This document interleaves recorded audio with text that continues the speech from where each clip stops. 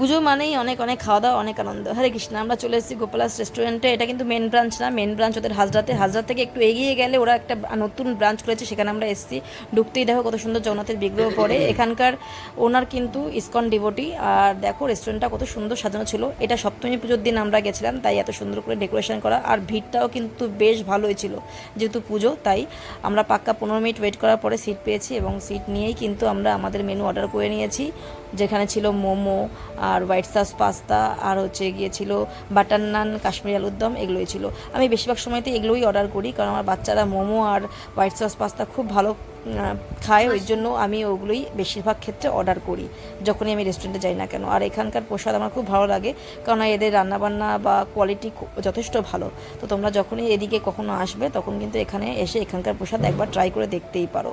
তো যাই হোক, আমরা প্রসাদ ট্রাই করে দেখলাম। এখানকার যেহেতু সব কিছুই ভগবানকে ভোগ নিবেদন করা হয়, তাই সব প্রসাদই কিন্তু ছিল অসাধারণ টেস্টি।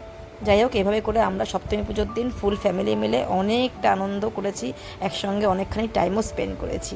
হরে কৃষ্ণা, হরে।